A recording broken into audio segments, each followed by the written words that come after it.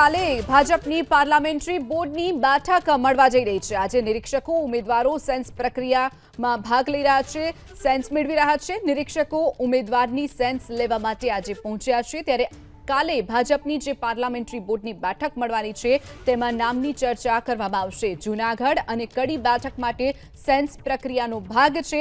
જૂનાગઢની વિસાવદર બેઠક, જ્યારે કડીની પણ જે બેઠક ખાલી થઈ છે, આ બંને બેઠક માટે આજે સેન્સ પ્રક્રિયાઓ યોજાઈ છે ભાજપમાં।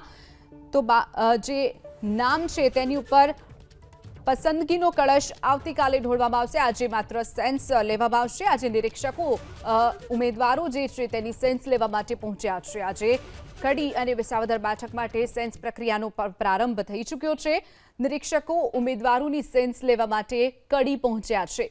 તો આવતીકાલે જે ભાજપની પાર્લામેન્ટરી બોર્ડની બેઠક મળવા જઈ રહી છે તેમાં ઉમેદવારોના નામની ચર્ચા કરવામાં આવશે અને ત્યારબાદ નામ જાહેર કરવામાં આવશે। બંને બેઠક પર જે પેટા ચૂંટણી થવા જઈ રહી છે, ભાજપે કે કોંગ્રેસે કોઈ પણ નામ હજુ સુધી જાહેર નથી કર્યા, ત્યારે આવતીકાલે ભાજપ નામ જાહેર કરે તેવી શક્યતા।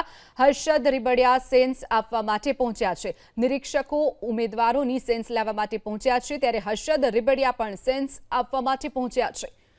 તો અત્યારે સેન્સ પ્રક્રિયા ભાજપ તરફથી જે ચાલી રહી છે, વિસાવદર બેઠક પરથી હર્ષદ રીબડિયા સેન્સ આપવા માટે પહોંચ્યા છે।